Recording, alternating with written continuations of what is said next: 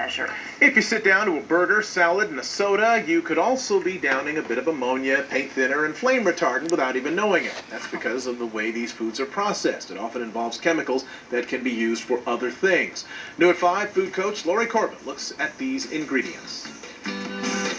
We hear about pink slime in beef, chemicals like flame retardant in soda. Food processing news can be unappetizing. Some of the things on the list are just downright gross. The list Leah Zerbe speaks of is from her article titled The 15 Grossest Things You're Eating.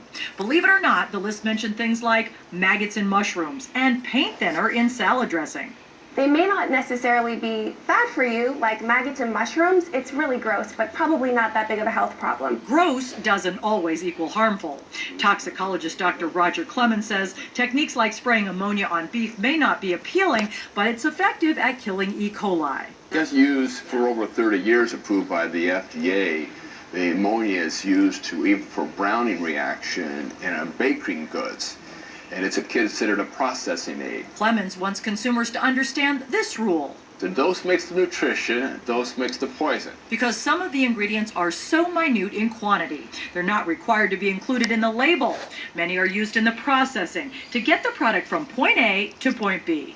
So you do something in the middle to make it better or safer, but it's not there. Like the chemical BVO found in soda. The problem is, if you ingest a lot of that, you could be dealing with skin lesions or memory loss. But realize this. The government said you can use BVO at 15 parts per million.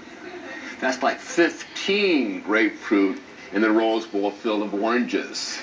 It's hard to find. Yet it has function. It suspends the juice solid, so in fact we can have an enjoyable beverage. Otherwise, people look at the bottom of the beverage and say, what's all the sludge? Historically, these issues were not a concern when the FDA was looking at safety issues. Well, now we have vegans, vegetarians, raw foodies, those concerned about genetic modification. And so that changes the way we think about our food and our health. This is why we really tell people to eat organic. However, keep this in mind. The natural organic program does not mean they're more nutritious. Doesn't mean that they're more helpful for you. It doesn't mean that they're safer for you.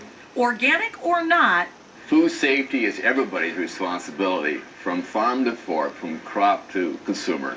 Everyone's responsible. Lori Corbin, ABC 7 Eyewitness News.